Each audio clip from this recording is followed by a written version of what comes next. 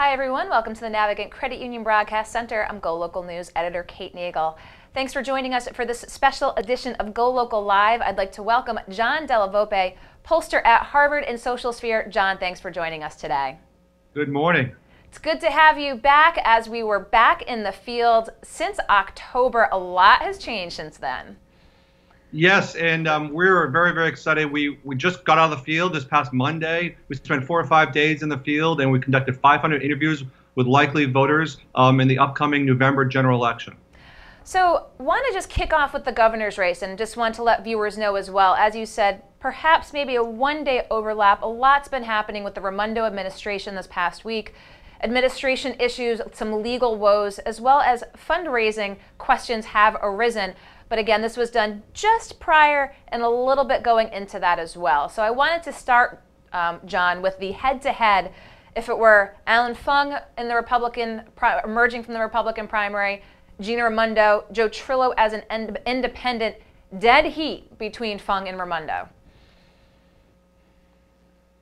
It literally could not be any closer. As I said, we spoke to 500 Rhode Islanders, and currently Mayor Fung and Governor Raimondo are separated by one single vote. They essentially each have 1/3 of the electorate, with independent candidate Joseph Trillo at 19%. So this race could not be closer. Overall, I'd see about half of the overall electorate are really very hesitant right now in terms of which direction they're going to go, and this is going to be a very, very dynamic race over the course of the next couple of months.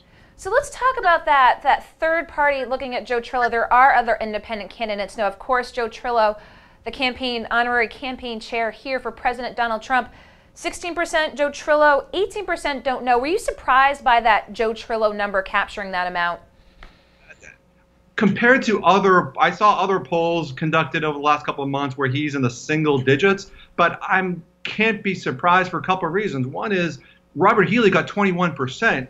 In the last election, number one. So it's an interesting kind of baseline for the candidate one. The second is we have, in an administration and overall kind of political culture where folks are just unhappy and dissatisfied. So the fact that we see kind of an independent, non-traditional party candidate polling at this level currently is also kind of not surprising. But again, these things are very, very early. And things will likely kind of evolve as we get closer. But at this point, we asked this question several different ways, and that's a solid 15 to 18 points that the independent candidate is pulling, and under that scenario. And what do you see as the Trump factor in there, John, with Trillo's clear Trump ties? Well, that clearly kind of is one thing that can connect to a base of support right now, and we see actually a similar base of support for Mayor Fung at 19%. We did something actually, Kay, if I can take one step back, rather than just the traditional horse race where we say who are you going to vote for between this candidate and that candidate. We actually tested a variety of scenarios. We tested 9 individuals. And I think that is the news here, because in some ways it's unfair to call someone up or to email them and ask them who they're going to vote for today. That very well could change, tomorrow or next week, and we have no way necessarily of knowing that. So what we did was, in addition to those traditional horse race measures, which again show basically a statistically tied race, we said kind of what's the likelihood of supporting a variety of candidates on a scale where I would never ever vote for this person to I'm absolutely positively going to vote for this person. We had a 5-point scale, and when we do that, well, we can see a couple of things emerge. We can see that overwhelmingly, Governor Raimondo and Mayor Fung of all the candidates we tested have clearly kind of advantages. Not surprising. One. Second thing is the base of the Alan Fung vote is the most committed of any base of support that we can currently see. There's about 19% of the electorate who seem very, very sure to kind of vote for him. There are 3 other segments that are kind of worth talking about in the overall context. One is this kind of 55%, as I say, slightly more than half of the electorate. At this point, are very hesitant. You can vote for almost any candidate. And this is going to be a key group. Half of Rhode Islanders are still going to be waiting till very late, I think, in the cycle to find someone that they can trust and kind of connect with and make them feel better about themselves and the state moving forward. That's second. We have a third group that could vote for any Democrat or independent, regardless of who the Democrat is. Okay, and then we have a fourth group that is again open but opposed to one or two particular kind of candidates who seem to be kind of off of the spectrum in terms of how they think about things. So it's really kind of about a progression of the likelihood to vote rather than just are you for one candidate or the other candidate. You raised that interesting point about asking about those individual candidates. We'll put those numbers up on GoLocal for folks to see as well. Want to just go through a couple of, again, of those hypothetical head-to-heads, but as you said, there's so much room for the undecideds. But I want to go through some of these numbers. If Gina Raimondo emerges from the Democratic primary versus a Patricia Morgan, 39%, her numbers go up. Patricia Morgan at 20, Joe Trillo at 19 in that scenario. So a bit more of a margin than versus a Fung. And again, I think that kind of connects with the first point that I made about the kind of the Fung constituency being kind of stronger and more committed. But it also shows something similar to what we shared in the October poll, where you can ask the question a bunch of different ways. I find it very difficult of a pathway at this point for the governor to get into the mid-40s. You know, so she was elected in the low 40s, and she's continued to stay there. And as you can see, in a hypothetical matchup against Patricia Morgan, that's where she essentially is now at 39%. That needle does not move. And let's talk hypothetically if Matt Brown were to prevail, and I want to talk a little bit about his candidacy as well. A Matt Brown, Alan Fung, Joe Trillo matchup has Alan Fung at 35%, Matt Brown at 25%, and Joe Trillo dipping a little bit to 14%, but don't know at 27%. I mean, that's a high number of don't knows. And let's just talk a little bit about these Matt Brown scenarios. Yeah, you know, to be fair, I think there are a couple different factors, one of which is the information that the respondents or the likely voters had was just his name and his party. So we didn't have the opportunity like we would in other polls to share information about a bio or anything like that. So you're really dealing with a relatively, I think, low name ID at this point, and we can see the deficit that he's taken because of that. And I think certainly why we have the undecided, and say the undecided is 27, Kate, I think it's much higher than that because of that hesitant voter factor that we talked about. But interestingly enough, Matt Brown head-to-head with Patricia Morgan has Matt Brown emerging as a victor with 30%. Patricia Morgan at 20, Trillo 18, don't know 33. Again, that don't know would decide it. But interestingly enough, versus Patricia Morgan, it looks like he would be ahead of her in that scenario. He would, and again, that's the Fung factor. You know, the Alan Fung factor. You take him out of it, and then if it's a Democrat over Republican, there's, you know, far more Democrats than Republicans. I think that's what's driving, you know, that kind of scenario right now where name ID is extremely low. And not only that, but so isn't the kind of the background, the perspective, and the policy positions, I think, of each of those campaigns. Let's talk a little bit about the Pawtucket Red Sox here. The question is a big question, clearly, as the House Finance Committee looked at new legislation. But the very simple question, Rhode Island General Assembly is in the process of negotiating $40 million in public financing for the Pawtucket Red Sox for a new stadium, hoping to bring a vote before the House and Senate this summer. In general, do you favor or oppose the use of public funds to help finance a new stadium for the Pawtucket Red Sox? Net opposition 59%, with 38% strongly opposing.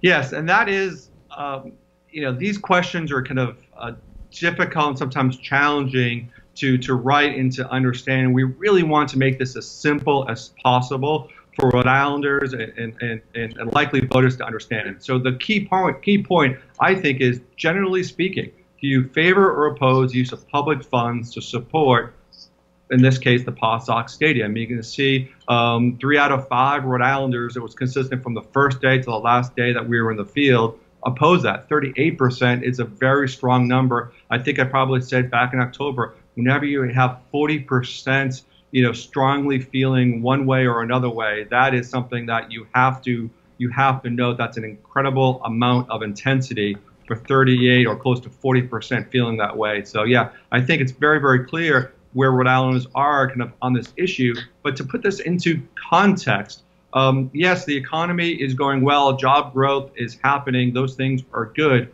but we still see that the number one issue facing the state now is taxes, and within the top five are state finances. So there is a disconnect, I think. It's an uphill battle selling any proposal like this in this current environment. It has something to do with the POS and the way in which that's been handled, but it has a lot more to do, I think, with the overall state, the lack of kind of trust and relationship between voters and elected officials. They're just not necessarily kind of trusting what I think they're hearing every day out of the General Assembly. And let's talk, speaking of juxtapositions, another bond referendum question that looks to be going on the ballot, the $250 million in financing for school renovations. Now, you talked about voters' support in this situation here. Let's talk about net approval rating, 74%. Warm, safe, and dry versus ballparks. Well, the Rhode Islanders have always been committed, I think, to kind of investing large sums of money on things that provide infrastructure, provide access to education, provide essentially kind of improved quality of life for all Rhode Islanders. They have never been afraid to invest in those kinds of programs, and that's what we're seeing here. 74%, again, incredibly high. You have got significant majorities of Democrats, Republicans, Independents, regardless of who we ask or where we ask. So that's an interesting kind of juxtaposition, kind of a relatively small project that doesn't necessarily kind of connect at this point to helping all Rhode Islanders versus investing in schools and infrastructure. So one of the things you had mentioned, this is a question on the poll that we'll be putting out as well, the top issues according to Rhode Islanders. I just want to take a step back too, John, and talk a little bit about the difference from what we saw in October and what we're seeing now. Now, topping the list from this recent time in the field, taxes, jobs and economy, and state budget. Top three economic issues. Back in October, I mean, education was ranked even higher. Only 3 of the top 5 were pertaining to economics. And so what's your sense that taxes now really jumping to the top in jobs and economy, and education maybe moving down? What's folks' sense about the economy and concern? Now, I think so. A couple of things that I've noted. I think education has remained a top issue. It moves a couple of points here and there, but it's essentially in any way we ask a poll, it's going to be a top tier issue, especially in Rhode Island. So that's one. But as the economy has improved, as there's been more access to jobs and higher wages, we see the overall bucket of more jobs, unemployment going from 1 to 2 or 3, and then we see taxes and state budget kind of moving up on the list, and that's what we're seeing now. Whereas people feel kind of more comfortable in now thinking about our kind of the folks that represent us investing kind of our tax money properly. People aren't necessarily opposed to paying taxes. They just want to ensure that the money that they are investing, the money that they're giving to the state, is being used in the best way possible, in an efficient, transparent way. That's the rub. It's just not about not wanting to pay taxes. Yes, they want to have kind of a fair tax climate to provide job incentives and other things, but they want to have faith that the money is being invested in the proper way. I think you probably hit the nail on the head. And there's 2 questions I want to talk about, John. And again, this is right track and wrong track. And then we'll go to optimistic and pessimistic and talk about the differences there. But in general, would you say things in Rhode Island are headed in the right direction, or are they off on the wrong track? Right track, 19%. Wrong track, 36%. And mixed, 45%. Yeah, and that's an important thing that I want to note. This survey, and there are a lot of good reasons why we chose to do this, but we conducted this survey online. One of the reasons is that it provides the response. We don't need to bug someone at 5 o'clock or 6 o'clock when they're trying to sit down to have dinner, or to take a phone call from a number they don't recognize. Okay, so we believe this methodology allows people to take it when they want to take it, and also be, in some cases, be a little bit more honest and not feel like they have to give a politically correct answer when you have someone calling them and asking them for questions. So we took it online. When we conduct the survey online, Kate, in this case, we provide the option, rather than a volunteer, the option of mixed. Okay, so this is a half full versus half empty scenario. 19 plus, I think you said 45, say mixed. You can argue that 2/3 think things are at least somewhat going in the right direction. Okay, so now it really kind of depends upon, I think, kind of the candidates for governor to argue how much and why are things moving kind of in this right direction. So clearly, we see Democrats far more likely than Republicans and independents to say things on the right track. But you only have 30% of Democrats. Okay, so we said 19% of everyone statewide, but only 30% of Democrats.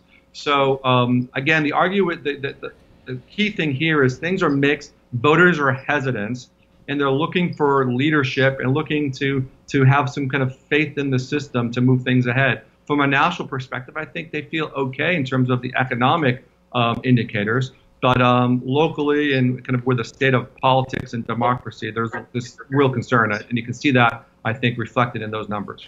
So let's break down again, as you talked about the right track, and going back to what we saw for the numbers for some of the head-to-head numbers in the gubernatorial race. If, again, that number is as high as 2/3 of Rhode Islanders think it's on the right track, why is the governor in a dead heat with or mixed? Again, why does the governor find herself 4 years later in a dead heat with a potential Republican challenger?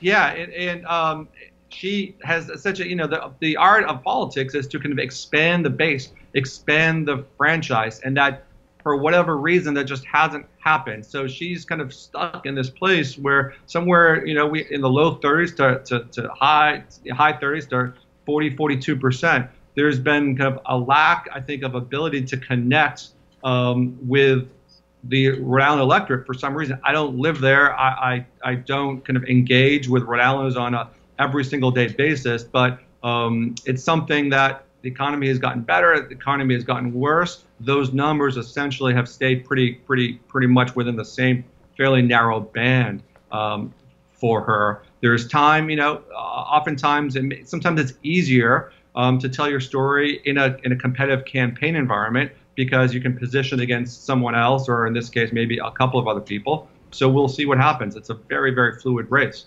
But there is opportunity to tell a story. Let's talk about that 30% number of the Democrats thinking the state is on the right track. Does this speak to what we are seeing locally and nationally growing rift within the Democratic Party? Obviously, we saw Bernie Sanders prevail over Hillary Clinton here in 2016. What does that 30% number indicate? I think it's pretty low. I think it's pretty low for the party of the incumbent governor to have. To feel like things are not going kind of in the right track. And there are a lot of other indications as well that indicate that the governor doesn't have as much support within the party that is going to be required for her to win the election, frankly. That she needs to really maintain, I would argue, 75, 80, 85% of the likely Democrats to kind of to build that coalition. And right now that is very, very soft. Folks who are Democrats are looking, I think, at other options, including Matt Brown, and we'll see what happens over the next couple of months. What's interesting, though, when we talk about being challenged from the left, is we've seen consistently now in this poll back as well as in October that she continues to do pretty well with younger Rhode Islanders. Folks, in their 20s and 30s.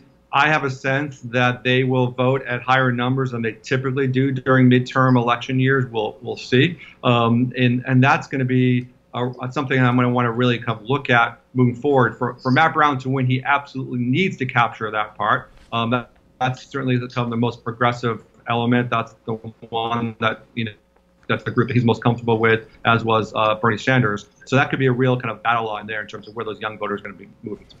In your opinion, is there a path for a Matt Brown? Absolutely, there is a path for Matt Brown. Again, I think it starts with expanding the franchise. Including kind of really kind of focusing on, as I said, young people, moving some kind of independence towards to choose that ballot in September. But there's absolutely kind of a path. As I said, 30% of the party participants believe that things are not perfect. They're not all headed in the right direction. Only 30% thinks they're headed in the right direction. 70% say they're mixed or wrong track, which means their eyes are open. And let's talk as well. You talked about now we're going to be careful. A big driver though, remember, is taxes and state finances and these sorts of things. Okay, so it is going to be difficult to thread, I think, a needle where on one hand we're going to talk about kind of progressive ideology that could resonate. On the other hand, we do need to deal with the understanding in terms of taxes and state finances being such a critical factor. And let's talk again, you had mentioned, looking for each individual candidate and the respondent's likelihood of voting for that person.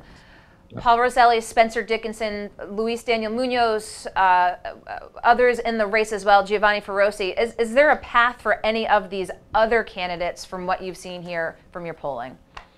At this stage, I think it's difficult. I never say never. But especially in an environment where there's so much, disdain for so many kind of traditional elected officials. So you never say never, but at this stage, based on what we're seeing, Raimondo and Funks clearly have advantages that no other candidate has, based on about what's seeing. But again, I remember, some of the Harvard polling in the spring of 15 among young people. Bernie Sanders had 1%. 6 months later, he was leading the Democratic field with young people. So you never know what happens in this. But then that's why we ask these kinds of questions. Are you open? And folks are open to kind of a range of Democrats and independents. That's one point.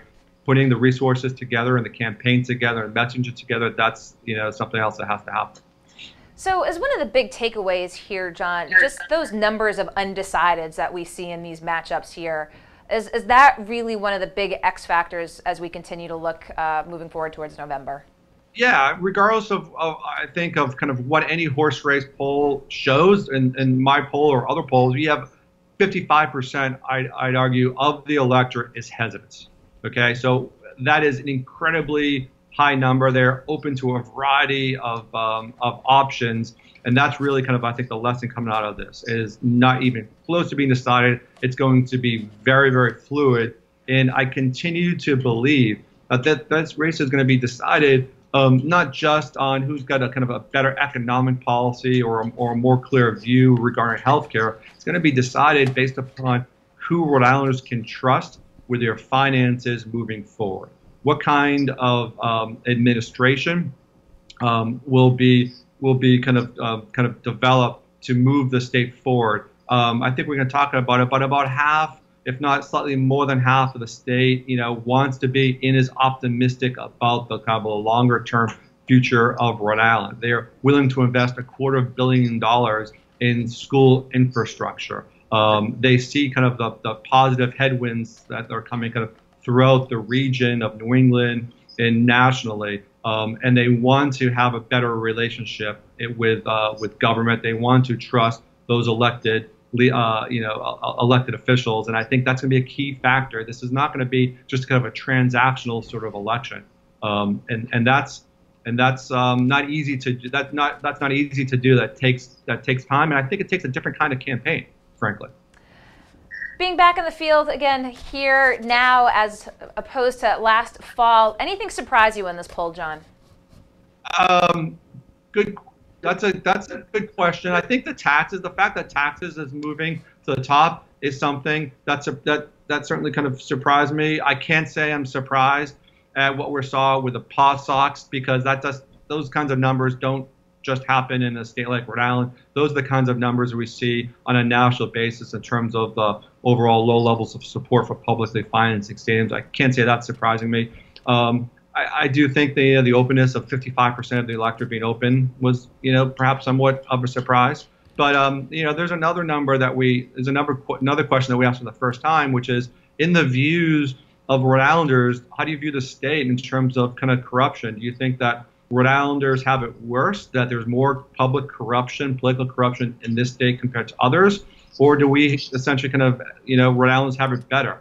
And we saw that over 60% of Rhode Islanders think that, this is essentially the most politically corrupt state that they can think of, that exists, that no one has it worse. That's not surprising, having spent a lot of time in Rhode Island, understanding how people think. But these are systematic challenges that need to kind of be overcome. And it sounds to me that anyone who's going to kind of surprise us, anyone who's going to kind of emerge from this field is going to have to kind of tap into that lack of trust and deal with it. And you're not going to deal with it overnight. You need to deal with it by talking, at length to the, members of every constituency in the 39 cities and towns, and really begin to talk about how to rebuild, a government and an infrastructure that respects people, respects their time, respects their money, and is a really kind of a partner moving kind of the state forward. So that's kind of how I kind of see things. Not a tremendous number of surprises, but it's always good to quantify some of the qualitative insights that we might have.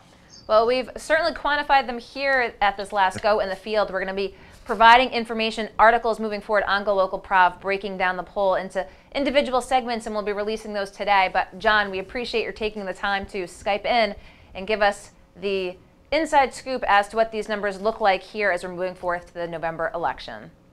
Thanks so much for having me, Kate. Okay, thanks. I'm going to let John Della Volpe go here, but again, stay tuned to GoLocalProv.com for more poll information as we're going to be releasing it both throughout the day and tomorrow as well. You can catch it on GoLocalProv.com and on our Facebook page. We'll be at the State House this afternoon at 3 o'clock. We look forward to seeing you up there. We look forward to getting your feedback on the poll results.